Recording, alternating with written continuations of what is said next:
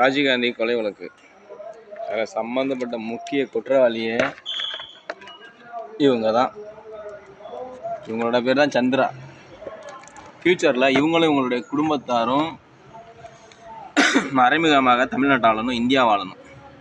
அதுக்காக தான் ராஜீவ்காந்தி ஸ்ரீபெரும்புதூரில் வச்சு கொல்லப்பட்டார். அது மட்டும் இல்லாமல், அதாவது இலங்கையில் ஈழத்தமிழர் போர் நடந்துச்சுல்ல, அந்த போர் வலுக்கட்டாயமாக நடத்தப்பட்ட ஒரு போர். இப்போது இந்திய அரசு துணை போனது அப்படிங்கிற மாதிரி நிறைய சொல்லுவாங்க, அதில் இருக்குதான் உண்மையெல்லாம். ஆனால் இந்த விஷயத்தில் சோனியா காந்தி அவர்கள் செய்யாமல் இருந்திருந்தாக்க நம்ம ராகுல் காந்தி இருக்கிறார்ல, ராகுல் காந்தி, பிரியங்கா காந்தி எல்லாத்தையும் குடும்பத்தோடு காலி பண்ணியிருப்பாங்க. இந்த அக்யூஸ்ட் இவங்களை சேர்ந்தவங்க எல்லா பேரும் என்ன, இவங்கெல்லாம் சித்தக்கலைகளை மறைமுகமாக ரொம்ப தந்திரமாக பண்ணக்கூடியவங்க. இவங்க தான் மெயின் அக்யூஸ்ட் ராஜீவ்காந்தி கொலை வழக்கில். இவங்களும் உங்களோட குடும்பத்தாரும்